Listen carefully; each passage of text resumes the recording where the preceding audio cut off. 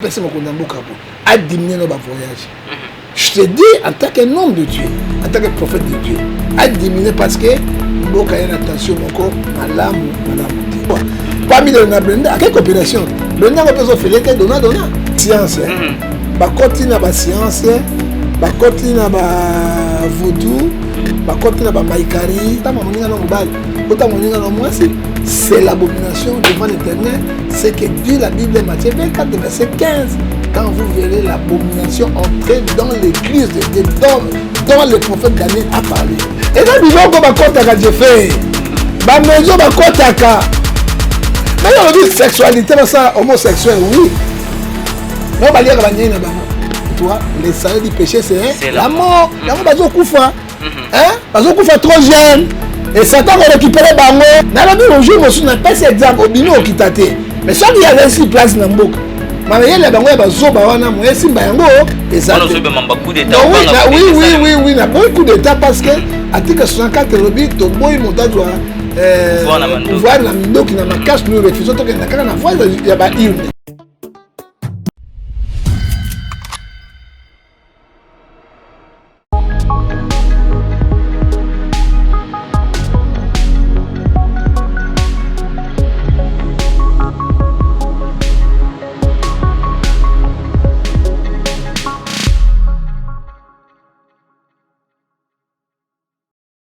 Merci à mon vieux filial en salle bio, merci à Bagnon, c'est Balinga Rabongo, Joffer Miko et Madame Flora, c'est son Pesselanga Hermine, Pesselanga Elliot, Mbote, Sabango, Tonton Bango, Bango, Mingilelo, c'est juste appelé Ebelo, entre autres sujets Oyo. Il y a révélation, c'est pas ce que ça dit révélation du siècle Oyo. Les prophètes Denle, ça sali pour Namakambouya, Mona, il y a la sœur Marie Missa Motika Kibiso, Tokoso, un prophète. John Gefa parce que ça dit mon quoi oyo à travailler na denile si ayebi côté sombre to côté positif na to koye bon est-ce que ils allaient na cadre ba buzz to ils allaient révélation prophétique to ko également kuna séjour ya mokonzambo ka Félix Nantsike Chilombo Fati Beton kuna na Émirats Arabes to yeba et loko nini salaki pour que le chef de l'État alongola bongo ba sapatu kuna mais awa tango akendaki na Nkamba alongola ki ba sapatu te Makambo na image en tout cas et créé pas mal de polémiques. Lelo oyo phénomène PD côté tina ba pasteur, pasteur Yanzambe, na ba comédien, to ko un prophète du peuple, le prophète de la nation, prophète Denile Samoto, le sacro prophète. Nzambe à l'équipe bango sonanguya, tika de to bon de Nzambe parce qu'il y a des mettre le temps de circonstances. Tata to tiki émission maboko na yo, yanga bita kos na yuda za na biso yo kabiso. C'est quand tu es masoto au soleil, au Saint-Esprit, on a biso. Tu dis mboka komona maboko na yo, mboka kotobobo ya mopoto. Tu dis que pendant que la diaspora maboko na yo battre la bango sunga bango bango di balé sarabiso maboko la rabiso basunga rabiso épargner bango bazwa misala bazwa pe ba mbongo pe bango sunga biso tozali siko parce que l'état a démissionné. Badana biso bo sur na biso na komona tata pe na mwana na molimo santu amen. Amen. Le sacre prophète de Ngefa. Bangela nkema engele tafi. Le sacre prophète John Gefa. Ah bangu pema. Le sacre prophète John Gefa. Et je moninga ko sekate. Yasuka le sacre prophète John Gefa. Mokili tour à tour. OK voilà. Le sacre prophète John Gefa. Chokoli le demokozi. Prophète Gefa pour le bango pese loko ozwe loko. Ah donc comment pour ça la prophète Gefa ma solo, il faut un peu ma motivation. Ils en ont ndenga mabete. Bible bisi na biso. Matthieu 10, verset 7. Allez prêcher, dites le royaume des cieux est proche. Purifiez les lépreux. Vous l'avez dit, oui, boye.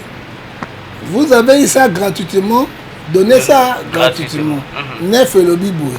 L'ouvrier mérite son salaire. Vous avez un verset mogo en été. Vous avez eu ça gratuitement, donnez ça gratuitement. Oui, mais 9 lobby. L'ouvrier mérite son salaire. Trop bien de chocolat le mokoni. Dans la chocolat le mona colère. Dans la chocolat comme bisengo. Voilà, le chocolat comme si batna pouvoir comme bisengo ko voyager pas en pamba, batapage. Le président c'est mokonzambo ka Félix na arabe na Émirats Arabes Unis. Makambeli belé le kiwana. Tomoni Félix atamboli makolongulu mais awa na Kamba atambolaki na ba chaussures na tapis. Oh, bato catholique plutôt bato ya Kimbangisi babakazali lié saint terre sainte. Ben papa oyebi nzambe tozo sambela ayebi moto koleka ye moko nzambe moko azali mystère mpe moto azali mystère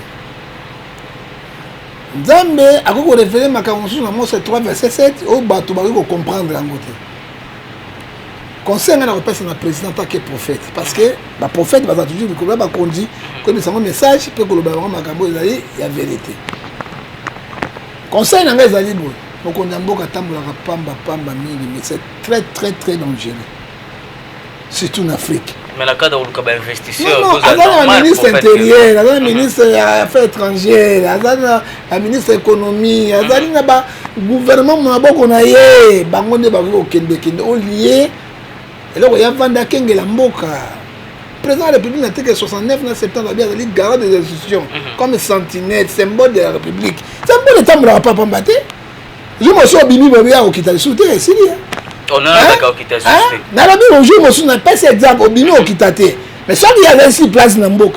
Mais il y a bango ba zoba wana mo simba yango exact. Oui, na bon coup d'état parce que article 64 rebi to boy montazwa pouvoir na mindoki na makasi nous refusons to na kaka na voix ya ba urne. Ba urne yango pe comme corrompu. Urne peut malongo ça raté mais Dieu me sait. Na bi conseil na personne ko ndamboka bo. A diminuer nos voyages. Je te dis, en tant qu'homme de Dieu, en tant que prophète de Dieu, à diminuer parce que mboka yana attention moko malamu te. Nani bali. La charité bien ordonnée commence par soi-même. Kimbangu bino obika na kabina Tshisekedi yo atamboli na soshi na tapis sainte oui. Kabila keneko na longa chosi. Attendez, nous retournons. Pourquoi Kimbangi s'accélère na kamba plusieurs fois? Kabila longa ba chosi. Pourquoi j'aimerais fatiguer dans la Cameroun? N'a pas montré des pestes. Je suis église au milieu du village. Hein? Et là, on dit que ça va être la moningate. Parce que les gens fatiguent. Mais on la charité bien ordonnée commence par voilà. Pour faire une c'est ça le problème. Et pas na ya tambola ba chosi, mais pour na ka longo ba chosi. Oui, bien na bonzambe et là qu'on y cas exceptionnel dans la radio. Hier sur le Bible. Mon pote, apôtre mort à tourner Jésus. Yo ebiso mort prophète pasteur mort apôtre mort pour obéir à chanter. Jésus a dit ça va biso na Jean-Baptiste article la tenga na boye talibino parce qu'il aimait Jésus. Na ba apôtre nyon so akufi na suka na yango, c'était Jean. Quel exceptionnel ça raté. C'était Jean, quel exceptionnel ça raté. Et là qu'on y a spiritualité. Et là qu'on y a papa quel exceptionnel et zanga kayango te parce que te lobi ya solo. Alors, par exemple, à Kenya Kamba, à Longoli, Makolongolo, tout cela à Tamboli. Pourquoi ce chef spirituel, à Banga Nzambé à Solo, Nzambé à Bangoya Kimbango, il fallait dire au protocole d'État, il est bon, chef de l'État, à Longola Bassapato. Na Bango, na chef spirituel. Toi, il a été beaucoup de spiritualité et l'équipe physique. Parce que même il dit le chef d'État, il y a un homme spirituel, parce qu'il y a l'équipe physique. Pourquoi ben ça était oh excellence nous ne refusons pas que la tradition la biso mais ba musulman ba sala kango ba roi ba kende ba longa ba sapato na ba mosquée na bango ba banga kalua mboka te na banga na nini seigneur des seigneurs fallait lui dire tu sais que dans magicien excellence bon longa la sapato a kolongola pe a ko respecter ba kei mais tant ba mo que autorité ayi moi ba longola sapato tête ce que de ça mais Kabila longola Kabila kelata 10 fois na kamba longola chosi alonga chosi mais chose qui vous créer polémique te prophète mais quelle polémique te pourquoi tu sais que Kabila kenamba mbala akuta la chef spirituel mbala ya bisanga to mona Kabila longola chosi na pourquoi tu sais que bango mo ba yebine basanga ba administration na bango na façon na bango na lo lenge na bango alors tango akei na kuna na Koweït to na Dubaï na Koweït sur la côté na grand mosquée na bango et loko ya liboso na kata mosquée na bango oza la roi oza la président oza la nani devant Allah ba tout ba fukama ba longola ba chaussure na bango na ba prince ba koti pona okumisa nzambe c'est ce que dit on a mboka na été à respecter tradition na bango à respecter loi ya église ya bango. Mais fagati kata na chaussette prophète John Gefa to moni muto bande ko conduire yewana la zio mo zaki na chaussette batu nyonso bazaki aux alentours bazaki na chaussette. On a trop d'excès. Il fallait que la chaussette. Il faut que la chaussette parce que atana kibangiste okolongola otika na chaussette mais kotika ma pied ni wana ezali si moko ya cette faute il y a service à protocole na ye to service à protocole ba ebi musala bango te et puis ya mibale ya moni bato tout te bakini ba chaussette yé na kata makolangu ba rebc chef de l'état hein so les bango ba rebc était à cause de la chaussette le ko la traduction na biso parce que bato bakini na chaussette oh junior boye ta musala tani ba chaussette c'est peut-être yango ya ba chaussette chef de l'état peut-être la chaussette exactement tout était non azo ma diète na makolo on dit que ça chaussette c'est que ça la gâté ça le molaki mais tout ce qu'on que prophète za pour ba que non ba opesa ba ba opesa $1 milliard ba pesi wana ya uta musasa ke bola kala kala komikitisa komilela lela ba pesa ba bintu ka blender est-ce que la première fois pesa présent $1 milliard UNESCO pour la gratuité enseignant pesa combien ce n'est pas la première fois parmi les na blender à quelle coopération blender on peut se faire dona il y a autant ça dona non, ce n'est pas, on les a dit faux polémique. Et puis, dans la PC 30 des chars, est-ce que l'armée congolaise et les Caraïbes chars ont 2800 chars les Algériens en Libye? Et les Caraïbes chars, les Algériens 6000 chars les Algériens et pas Saddam Hussein. Parlons de l'Obani. Chars les Boundake Tumbate, Mindouke Boundake Tumbate, ils ont des bateaux, la technicien, les soldats bien formés, les Boundake Tumbate. On peut apporter 10 000 chars. Si on a des soldats qui ont expérimenté la guerre, et leur mot et que ça les mains na Congo et ça tout. Parler pour fungoli presse mon tunayo état de siège pour nayo évolution na lelo oyo avant tout le monde na makambo parce que il faut que les kamwa minduke bundarte batunde ba bundaka lelo évolution état de siège. Mais est-ce que ba ADF na mi ba minduke makasi ne gouvernement za nango ana ba vieux de chat hein azana ba mig est-ce que minduki oyo oni azana nango Congo azana nango kubi akokaka yango te eza ba soda ADF na mabunda na mbeli na masasi na batolotolo et gagne le terrain ça dit quoi armement et bundaka te hein pour ça armement bundaka mais Saddam Hussein bakanga été ça armement bundaka mais baboma Kadhafi te Kadhafi avait tout ozomona il avait tout mais ali bateau na ba technicien na bango na misala na bango ni babundaka bitumba hein c'est ça que nous disons c'est dans le bango. Voilà. Donc, il y a l'Assemblée nationale, les longs des fois qui, par contre, sa mention, il y a des défiance contre le ministre, il y a Pétentique, mon amboka Augustin qui bat sa Maliba. Mais tout le monde, président de l'Assemblée nationale, son code, il a rejeté demande douane et puis créez-moi plutôt pas les nakati l'Assemblée nationale, député FCC, Bimi, Union sacrée, ils ont protégé les détracteurs de la République. Mais effectivement, Union sacrée, ils ont compétit. Parce qu'on défend les détracteurs de la République, il y a solo. Parce que l'État a envoyé les pauvres Congolais qui n'ont rien. Est-ce que je fais ma unité? On 226 millions de dollars. Oh, le peuple congolais. Bon, nous avons. Ils ont un bon la poche. Si on a une bonne chose à défendre, ce sont des gens qui ont pour l'intérêt, il y a farcé. Hein? Aux hommes, on a intérêt à peuple. Ceux qui viennent au Parlement qui a solo, pour défendre les peuples congolais, na souffrance na bango, ministre, motion de défiance, Kembe batia ministre motion parce que mbongo na zoko na présidence, bamboso bazo kabola yango, ba présidence na bazo kabola yango, ba député bazo kabola yango, qu'est-ce qu'on pourrait faire? Tala, mbongo oyo ba sombi ba Jeep 500. Ezali 86 millions de dollars. Si quoi mbongo ya biso ya ba oyo ba bengi yango comme na ngoni RAM 226 millions de dollars. Si quoi so ba na pourcentage kuna ba benga ministre wanté pas mutu na bango. Regarde comment les pays marchent, on n'a pas les députés, on n'a pas les sénateurs, aux années les dirigeants, Congo on a malchance les dirigeants, c'est pour ça que la population nous souffre. C'est tout le c'est que l'union sacrée et ça n'a pas car union moins contre nature et ils ont bénéficié de l'eau. Est-ce que l'union sacrée avantage du peuple du pour l'union sacrée loi union sur ma bébé bango ba votaka o ya peuple ba yebi yango te l'union sacrée habite que tu as na courant tu as na maïté to li agate Union sacrée évite que grève dans l'enseignement primaire et secondaire. Hein? Union sacrée évite que mbongo bimaka 1 milliard 700 000 pour l'enseignement gratuitement dans la Banque mondiale. Mbongo ezali wapi? Union sacrée évite que 138 millions de dollars. Oyo ministre de la santé. On va créer des jours à Bimi, on va détourner Longondo, à détourner à faveur du peuple congolais, or que malade dans le Congo. Ça dit quoi? Union sacrée est un slogan. Il y a un bateau, il y a mafiaté, il n'y a pas Kabila. Notre secret d'ailleurs na bango, on va ni échapper la justice congolaise. Hein?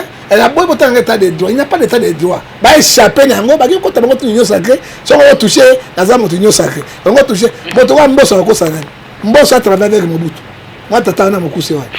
Hein? On va mbosso wana mutu ya kala mbosso. Hein? Papa, pesa nga losako. Mbolo ka kona na zamba te pa za malade lengene. Ba mbosso bango na mbolo. Hein? Ozomona mbosso wana. Banda Mobutu anunaka te. Kabila le père, mbosso anunaka te. Kabila le fils, mbosso anunaka te. Akesu na Tshisekedi. C'est des jongleurs. C'est des jongleurs. Hein? Ozomona. Mais ba été ata justice à mokili zu bango te. Na ne ba nyoko la peuple. Hein papa? Na mokana na Romain 14 verset 10. Justice dans le bango. Regarde aujourd'hui les camarades et Keika Kandengoana partout dans le monde rame ezalakate. Atoka na Brazzaville rame ezate, oka na Rwanda rame ezalakate. Taxi na ba voleur ezalakate. Partout dans le monde rame kaka na Congo démocratique. Et motako attend ça unité na ye, abenga mwande konaye, asungaye, moi j'ai fait jangoma 2000, asungaye, siko bango ba pesa kate, ba jusqu'au bazo yiba peuple, mbongo na bazo préparer na corruption pe na ko préparer na $100,000. Oya seni, on va pesa bango et puis bazo préparer une élection na bango et wapi population par na bango ezali wapi. Et abandonner notre propre sort. Tant que bakino union sacrée état de droit, moi le état de droit zaté na mboka ozobani union sacrée et pour nous protéger ba mibi union so ba travail na ba régime union so et voilà. Est-ce que tu moto zan ceux qui pena moto na makila corps et âme na makila moto ko la gouverneur Ngoï Kachans qui fut fidèle à Kabila. On faut chérir à Kabila. Kabila patronné yé. Kabila salignon au papa wana. Les gens ont l'union sacrée. Pourquoi quelle union sacrée? Vous avez crié que ma fiaté. Babom, ma crime, ça. Ce sont les gens qui ont fait les crimes économiques. Mais il n'y a pas de mauvaises troupes, il n'y a que des mauvais maîtres. Tant que sous Kabila, c'est qui mauvais maître. Il y a Fatih, c'est un bon maître. Fatih, après Ngoï Kachanzi, et l'autre de mon côté, par rapport au Kabila, personne Ngoï Kachanzi. Quand on parle aujourd'hui de Ngoï Kachanzi, on parle de Kabila. Hein? Hein? Quand la bateau va très fidèle à Kabila, bah Kimbuta, bah Chandiate, bah Kogonyanki, bah Chandiate, bah Viebochab, bah Chandiate. Hein? Hein? Ozomona, bateau va très fidèle à Kabila, bah Oula Mouni ni Kabila Salabam. T'as la bateau à Ngoï Kachanzi, ne pas éviquer, à un dossier belé à danger, bah Mibo Minigno Sacré. Mais là, je me suis dit que c'est en 2023. Ok, je suis souvent. Bah, on a président aux alors. Moi, pourquoi il y a des bénédicts? Pourquoi il y a des bénédicts pour faire des comme ça, pas Joana? Les lots, tout le monde a dossier, mon rébimia, au Vanda au travail, pour faire des laissis. Makamoto Zoyoka concernant mon ancien Marie Missa Matika. Est-ce une nouvelle révélation? Et c'est prophète de laissis. Azul Kaka buzz parce que Baye bien déjà, Azamuto a créé un buzz. Bon, de combien on a reçu là comme on Bible de Samson, Hébreux 12, verset 14, chercher la paix avec tous. Hein? Si on a un conflit partout dans le bâtiment, sur le niveau de moi. Vous voyez, papa? Mais partout avec les conflits, mais les Cambouya, moi, Marie Missambo, il faut se faire. Marie Missambo, Koufakala, Akende. Pourquoi vous savez que l'on a boyé, fait troubler Batou? C'est pas certain que déplorer avec l'hypocrisie comme vous régnez dans la carte de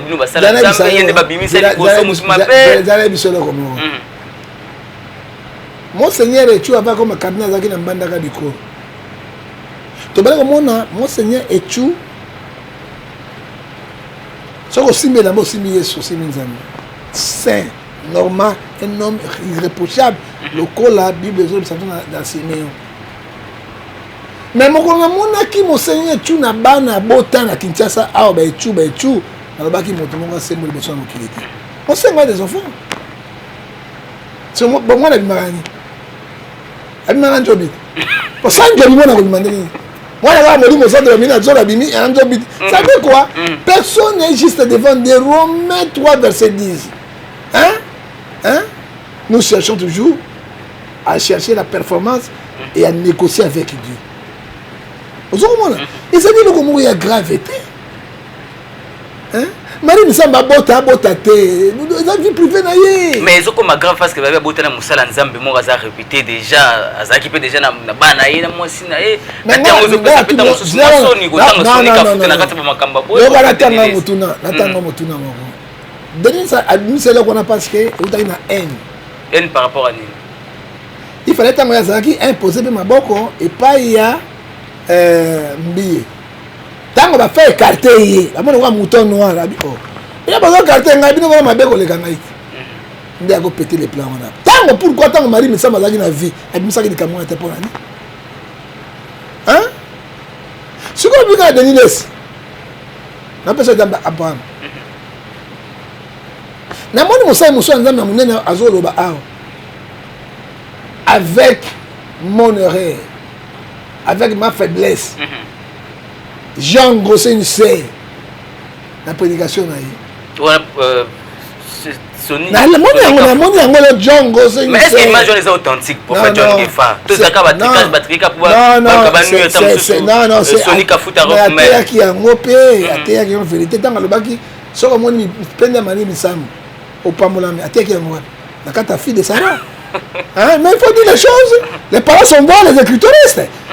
Toi, j'ai la parole Nabiso en tant que les hommes de Dieu. C'est qu'il a dit. C'est que Ngana Ebi n'est pas dans Marie Misamo. Ngana Kusha na été, na Ebi Kuna Katite, au Pamola Mandenge, Nini. Ça dit j'ai un suspect. Au moment où tu le dis quoi dans son unité.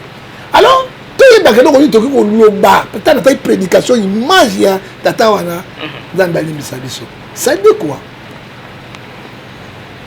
Nakamati Abraham abaneko solo nzambe tunanga passer nya solo nzambe face à face azate Abraham akina na Sarah Sarah ko botate Abraham a 100 ans Sarah a 80 ans avant Abraham akoma na 100 ans Sarah monaki nazo bota mbali yote bogari Abraham na ndefo ke ndeka boy tika zo moi nga mosala Agar atambola mais Abraham abali nya mitite pour parce que tout le monde tourne en mode c'est dit mais parce que tu fais une carte de Bible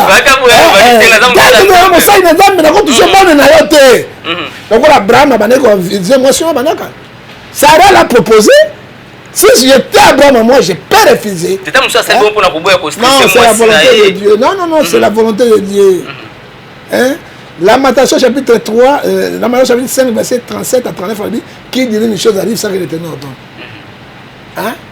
Abraham a zéla qui est rosé. Nyomi titi. Ven. A surtout ka boy on. Mon mère comme na zen. Zen ndenge ni nyale. Moi na maman baniko ça boy ya Sarah servante na baniko sala na Agar. Sarah pesa que Abraham nyomi titi. Habité. Azongeli nzambe. Nzambe abina Abraham. Moi na robota moi na comme ni Ismaël. Nde comme musulman. Kamata mon nae bakeni et Dieu l'a béni. Tango sikoyo Abraham abotaki mwana moko kaka Isaac te. Abotaki Ismaël mwana ne liboso mais mwana Elika ezalaki mwana nani nani mwana nae Isaac. Tango Sarah akufi Bible la biete Abraham abalaki mwana mwasi moko Ketura. Akaina na banyo mititi aboti bana mitano 5. Est-ce que c'est grave? Oh bah tout le monde grave. Bah ça on va botter partout. Bah ben la raison alors tant on a gravité de la Cameroun ozala mais les avis façon te bimisa on attend. Parce que la réalité ça dit aboloya ba ça nzambe to bien mo. Le lenge na bango te bana bimisa bango boko sam wana Luc 12 verset 3.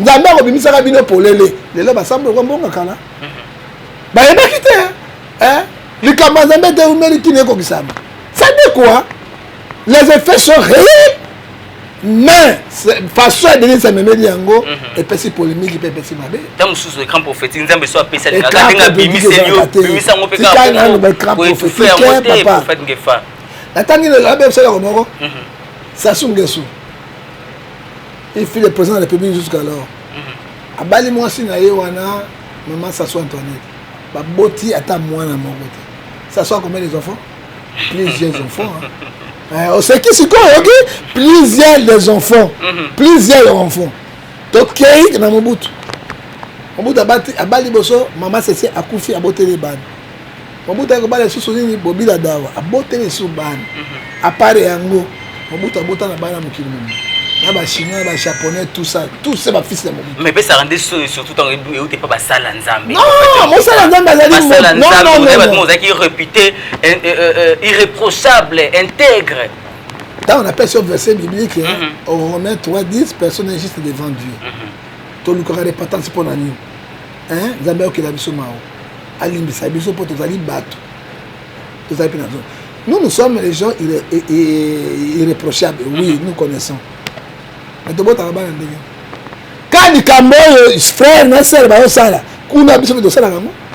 Mais on a eu monsieur non mais tu dis mais tu maman je sais mais abota mwana vous allez monsieur ça quand on yo sala ya frère quand on ndeko kuna yo sala on ngape na sala ngamo et là tu as biso ba santu maman mo santu na sa zolo mais yo ça on a pas moko eza légal ou bali moi si na yo tela ndaku oboti bana net contrairement lelo oyo to mo mona ba mutakalisation ba pasteur ba chante vous kolobate te mo suno kuta bazo sala bango obi technologie zali avancée na ko la ta veste na vati boye mais ba lowe ba tinga mutakala mais ba Michel Bakenda wa yimba to mona ngwa ba olobake ça Bakenda ce n'était normal Hébreux 4 verset 3 namba lobi nous tous nous sommes unis devant Dieu. So ko tama audition du ban Bakenda ayembela abeda chute abeda chute nzambe ya ba dans sa boss le long nzambe abimisi ye lokola ntaba imboko bosusu be atika kolela ba conseiller makam première fois ba conseiller deuxième ba conseiller toi ba conseiller ka te moi j'ai deux fois ezali réel te moi j'ai deux fois ezali réel mais pour faire mambo lelo nda ko loba lelo o to ko mona phénomène PD ko tintina ba pasteur to te ko mona image moko awa évangéliste azo masoki na berger na ye ba passer rapport zaki vraiment très catastrophique ba biloko wana nyonso ezali nini basi natale la fin to ezali non ezali ba science bakoti na ba science bakoti na ba vaudou bakoti na ba maikari bakoti na ba illuminati awona monde wana basaka makambo à travers Dieu yango condition ya kopesa bango et dépose wa mbongo de succès faut tama moninga no mobile faut tama moninga no mwasi c'est l'abomination devant l'Éternel c'est que Dieu la Bible Matthieu 24 verset 15 quand vous verrez l'abomination entrer dans l'église de Dieu dont le prophète Daniel a parlé et ba été mon soukou écoute. Maintenant ba osala bongo na buto asali ma pratique wana na tonga ya tei a imposer pe bat maboko sort ya bato ba likaka ba malédiction c'est les malédictions yango to be de nzambe afungola bandimi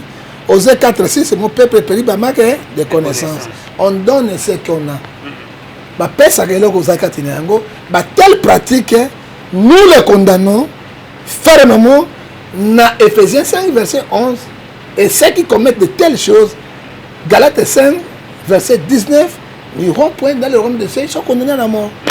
Voilà, toi aussi c'est na page où il y a artistes et comédiens prophète John Ngefa makambo belezo le kana secteur na ba comédien ba malade comme kubwaka ba comme kubwaka na bambaso entre bango qui lesbienne comme makasi qui pédé comme makasi ba osa ba succès fou metango ba kufa comme gouvernement kunda biso maman livre la biso likambo oyo bayaka pe pa na bino basala nzambe bo accompagner ka bango na ba carrière na bango est-ce que ça peut pas sangisa ka bino ba religieux na ba pratique mususu yango pe ça ba retour na tout bon ndeko pas si motuna bien ngana répondra toujours la parole de Dieu. La Bible dit dans Matthieu 6 verset 24 tu ne peux pas suivre deux chemins à la fin. La comédie on va succès mon yo on est malonga basala ka wana bato balanda ba tout nanga nanu eloko nini penza balongo basala bato basepiaka na ba on se perdit mais musala na ko ça et ça na ko sekisa tala au moins bato basekisa bato na monde ko ba lui de finance au moins ba lui de finance ozo mona penza muto ayekoli ya tangi ya zana au moins Dieu monga na France mulaibo allez quand même ça ba geste na oya ba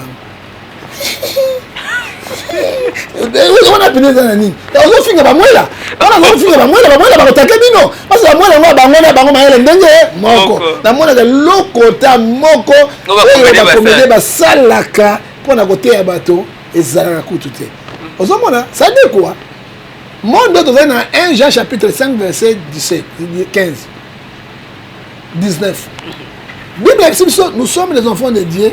Il faut savoir que le monde entier est poussé du diable. Et là, biloko bakotaka je fais. Ba maison bakotaka. Mais il y a le sexualité ça homosexuel oui. Mais on va lire ba nyina bango. Akena toilette ba tiena sani boté aller. Oh mon sou master kofi na jour sou na rebisa et moi c'est mon gars akuta yo kali nyina ndako na na Suisse. Oh bokumisaka yawa la ti choisi là oh papa nyaya liaka nyai na ye Master Kofi. Hein? Ozomona Master Kofi. Bango tu batu mabe. Ngai moto abenga la suite papa. Antenne tangi komona bango te. Baza na boyemba ka ndike mingi ya papa. Mama papa na kutie na kata douche na fungola bona sana azolia nye ya toilette azolia ngobu. Batu nini boye. Oh batu mbongo lia ka utaka na ngona. Bana basebele bolinga bati langue. Bolia ka banye bele banyei pende bato ya bipenge minene bolia banga ba tilang bango baninga tilang ozobenda ozolia nde banyei wema ya somo bato wana pa bazoba mbongo ya bapratique moko mondaine o satan ozosala papa satan aso apesi na gauche abotola na droite e suka yango okufa pauvre suka yango na hôpital soki ebeti yo ozota mbongo akisi te sima mama odive mama première dame na biso comme maman Denise tala na biso likambo siko ba nyeo bino boliaka na ba homosexuel bosalaka efutaka bino nini suka na maman Olive tala biso likambo ce sont des fainéants ça dit quoi moto pina sa musala pina solo ya sexy akosenga maman Olive mbongo te akosenga maman ya kero mbongo te oyoki papa ako préparer makambo tout cela ce que vous voyez là. Et un bon ya Satan ya mabe et une importance parce que la Bible nous dit dans chaque chapitre 3 verset 15 alors cette intelligence ne vient point si le très haut il est charnel terrestre et diabolique et c'est diabolique mon tabel est hôpital après ma kota kuna maman tu comme mbongo ba neko zuwa yango musala na yango ezali nini j'ai fait au moni Bible zo bisabiso dans Proverbe verset 19 verset 1 vaut mieux manger pain sec sans beurre mais une maison pleine de viande avec les querelles avec les jalousies avec les démons et puis Bible était dans Romains 6 23 le salaire du péché c'est la mort la mort bazo kufa bazo kufa trop jeune et Satan va récupérer bango pour ba kota na musala mais est-ce que c'est comme déjà na tuna misia mo ya munene azalaka na ye papa wemba tebi ko sara pe muta papa na tuni abina na pede moko na France alendaka na betaka makiki makembese na tuni motuna mais entre pede wana na mwasi nyonso wa lekina il m'a répondu moi c'est les cas mais sorry moi c'est les cas pourquoi les suivre point d'interrogation ça dit quoi le monde entier sur l'option du diable bilo on se passe la galana et ça va monter balongwaka batu balongwaka batu comme bespia banyama ko liyo mo besu boye abenyo kanimi na bende makila tout amelia ngo pokufi ils n'ont pas pitié des gens est-ce que à part mission obeti liso est-ce que écoute un peu mutumo ya pe ko beti lo que noter tant to bi marabongo mai wana to zwaka to nde to matla kabongo na bité comment déjà non na ba repentance ba ça c'est secret prophétique to ko bisangote mais plus pas rebelle ezalaka ete bakushaka meme na bibembe bamama yemo so moto akufi to na klinika ye bala batongo babengi bango bakoya na biloko na bango bapesa bango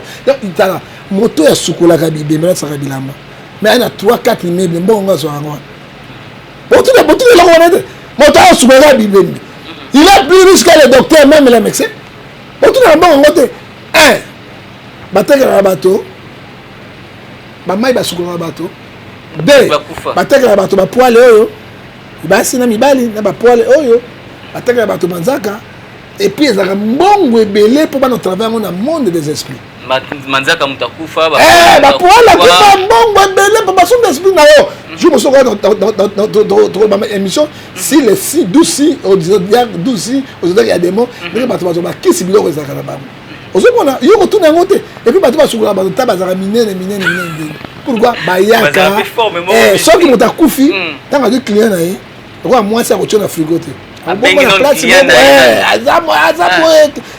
boy akotie na frigo te akosi bino atie pembeni omona ba 23h otala bakonti bakotaka na morke na butu na bato ya minene bamusicien na bino ecouche avec les cadavres ezala basi na mibali nga natunaka soki mwasi akufi te mobali nyomiti te ekufaka mais mobali soki akufi ndenge nini nyomiti te telemaka apres tenete mwasi c'est ça le problème ya baivokaka badiable bamonde badiable yango koenvie moto otonga bandako te je fais convie moto otomona bacamion minene te bajipe te oyebi esika yozoba mbongo wana te contacte to de secrétaire on a beaucoup à dire soki bemission ndenge wana kofungola bato ebele e bato bakozala ekenge mpe bakoyeba mingi mpo ete bakeba Ephésiens 5 verset 16 elobi racheter le temps car les jours sont mauvais. Racheter le temps car les jours sont mauvais. Prophète comme na suka nenya tata mo losako suka poto kabwana avant pesa message na suka losako prophète John Ngefa mokili ezali lokola mbanga ya taba ezu moninga kosekate.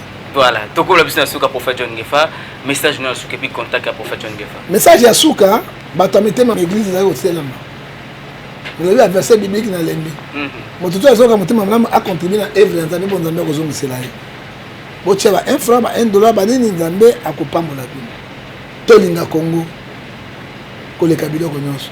Tozala mboka mosusu te. Ezala Congo démocratique. Soki tout à tout ba congolais parce que tozala nation.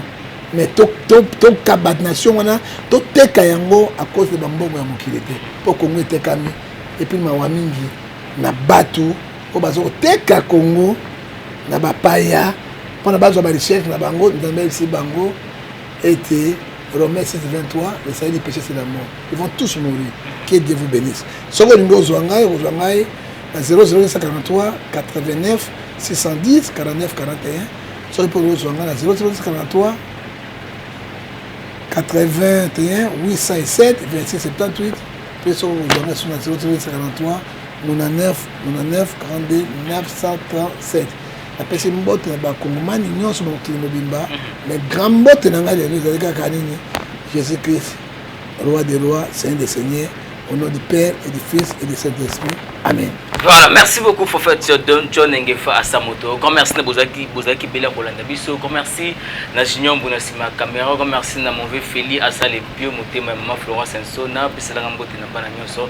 Comme merci également na présidente ya orphelinat excellence maman Magui Dias na pesio mbote ba nyonso ba linga bongo je faire me côté to yambela bino le prophète John Ngefa question de parler des différents sujets d'actualité. Boyoki comment est-ce qu'à répondre na qualité na mosala nzambe na qualité et analyste politique. Ce qui est sur ma saison, rendez-vous prochainement, même plaisir, même ambiance, merci et bye bye.